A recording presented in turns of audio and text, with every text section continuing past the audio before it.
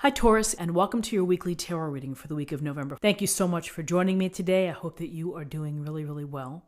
This reading is for any sun, moon, or rising Taurus sign. We will take a look at the cards. We'll get a sense of the awareness for the week, guidance, and possible outcomes. I will also choose a couple of oracle cards for additional information. So let's just go ahead and get started with your reading. Okay. So we have the Ten of Swords in reverse. We have the Five of Wands, and we have the Queen of Pentacles. So in looking at the Ten of Swords in reverse, in its upright position, it's often thought of a card of, hitting rock bottom or feeling defeated, betrayed, literally stabbed in the back.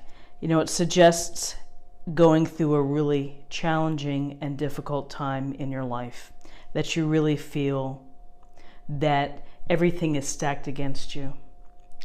In reverse, however, it seems that maybe you've hit the bottom and now you're in a position where you can begin to climb out of that, or you can get out of that way of thinking. There's, when you look at it in reverse, gravity could pull these swords out and lighten your load. And then we see really the sun here, and it's just getting that glimpse of the sky, which also brings perhaps some hope to a situation. So, the Ten of Swords in reverse, it focuses on how you react to these situations and how you deal with them. Often they're temporary moments, and so you have to chip away at the iceberg in order to move forward. And then the other thing just to think about with the Ten of Swords, either in the upright or reverse position, it's part of gaining experience. We learn from our failures. We learn from our defeats. We learn from challenging times. We may not want those lessons. They're kind of forced on us sometimes, but there's certainly growth involved in spiritual growth. So with the Ten of Swords in reverse, I think that there's a sense that you've been through the worst, and now you're ready to pick yourself up piece by piece and step by step, trying to get out of it.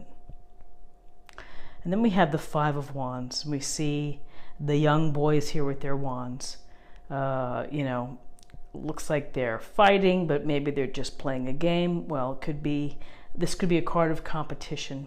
This could be a card of people clashing, and particularly egos clashing. There's a sense of struggle, that they're not working together toward a common goal. So this could suggest arguments, lack of focus, maybe rivalries at the office, jealousies to an extent. So the Five of Wands it's a card of really not working well together. There's disharmony. And so the thing to think about is there are always going to be times when we have moments where we don't work well with others. And you're thinking, good grief, what is this person saying at this meeting? I can't believe this. And you just want to, clench your fists. And it's just a matter of getting through those times to get to the better times and to the workable times where people at least are maybe listening to each other and focused on the big picture instead of, these minor skirmishes that take time and energy. The good news in this reading is the Queen of Pentacles. And she kind of came in here, and we know that we're going to get some good counsel from the Queen of Pentacles, because this queen is all about pragmatic and common sense approaches, loving and nurturing. And, there's a sense of, with this queen, of wanting stability. And so she's a stability seeker, and she's loyal. Home is important. Nature's important. Having material comforts is important as well. But really, this is the type of energy that is needed to get through some of the rough spots, which is getting back to basics, looking at things in a very simple and grounded approach. And I think of her that you could also say she's like the voice of reason.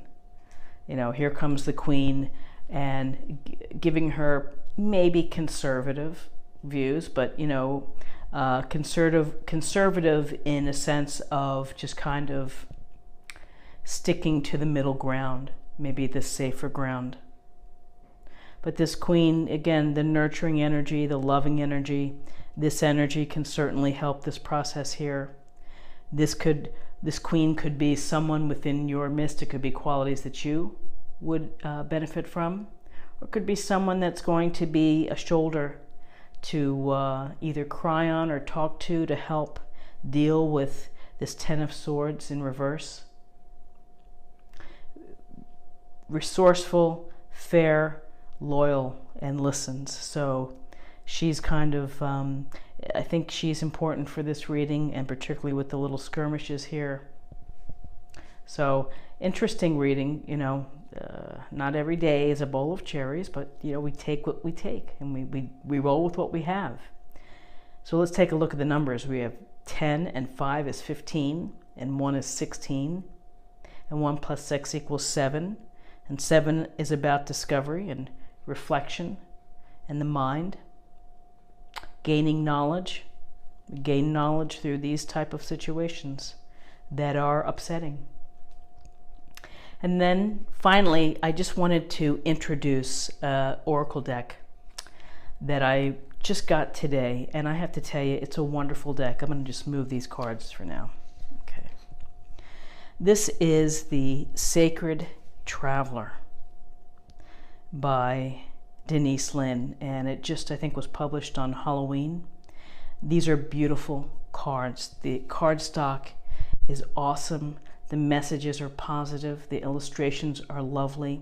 It's a matte finish so that it doesn't have glare like if you're filming or doing whatever, but these are going to last a long time. So why don't I just pull a card just for the heck of it, and you can get a sense of what this, but you know, I really like this oracle deck. I have many decks, and this one is a keeper.